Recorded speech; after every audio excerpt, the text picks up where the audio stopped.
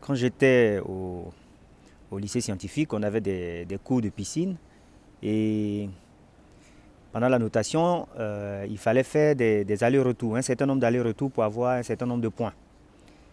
Et donc moi j'avais commencé à nager pour faire mes allers-retours.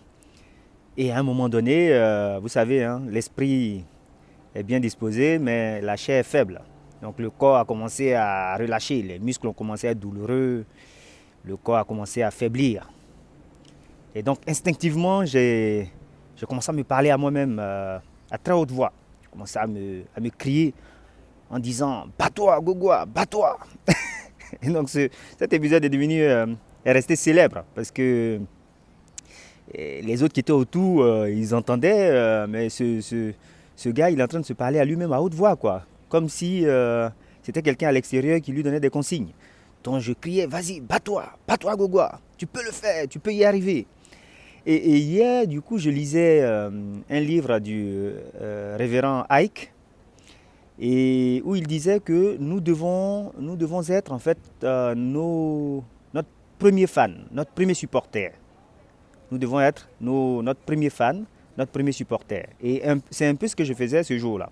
Ce jour-là, j'étais mon premier supporter, mon premier fan. J'étais la première personne à m'encourager. Et je trouve que c'est une attitude mentale assez intéressante. Il faut abandonner cette attitude, cette mentalité de ver de terre. D'accord? Cette fausse humilité qui, euh, qui n'aboutit à rien finalement et qui aboutit qu'à l'échec. Il faut s'auto-encourager, il faut avoir de soi une image positive. Et si vous connaissez bien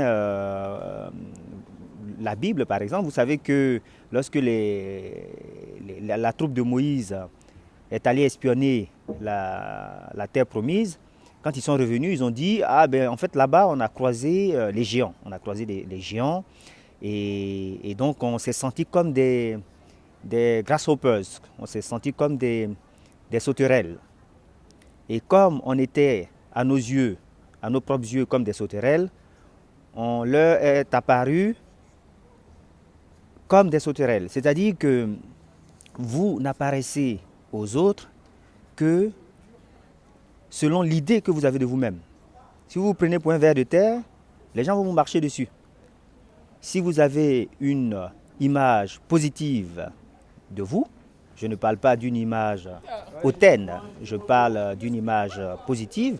Si vous avez une image positive de vous, si vous avez du respect pour vous-même, les autres vont vous respecter.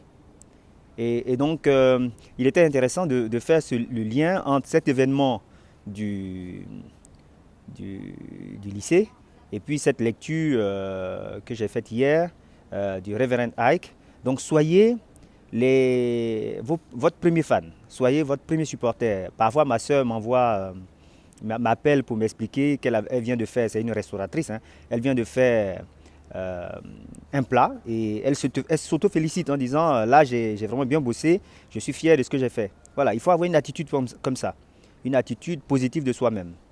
Et je pense que c'est certainement quelque chose qu'on a appris de notre père qui était quand même un fin psychologue, sans avoir fait des études de psychologie.